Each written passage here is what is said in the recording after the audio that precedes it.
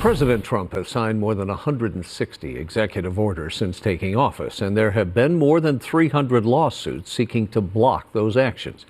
But now those orders are packing a bigger punch following a Supreme Court ruling that limits the power of federal judges now to issue a nationwide injunction.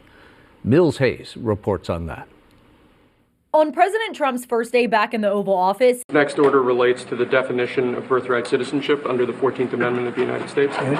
That's a good one. He issued over 20 executive orders, including one that sought to deny birthright citizenship to children born in the U.S. to people here illegally. A federal judge in Washington state issued a nationwide injunction blocking the president's order. In practice, this meant that if any one of the nearly 700 federal judges disagreed with the policy of a duly elected president of the United States, he or she could block that policy from going into effect or at least delay it for many years, tie it up in the court system.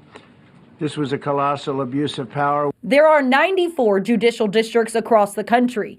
And 35 out of the 40 opinions with nationwide injunctions came from 5 liberal districts in this country. These injunctions have blocked our policies from tariffs to military readiness to immigration to foreign affairs, fraud, abuse, and many other issues. Americans are finally getting what they voted for. No longer will we have rogue judges striking down President Trump's policies across the entire nation.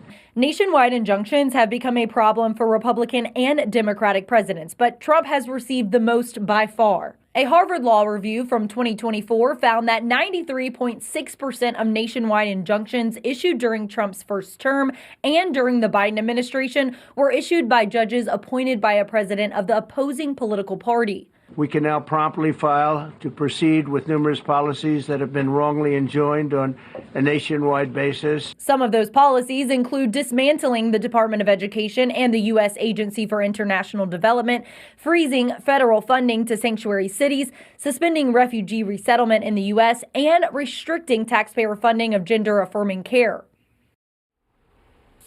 And that was Mills Hayes reporting.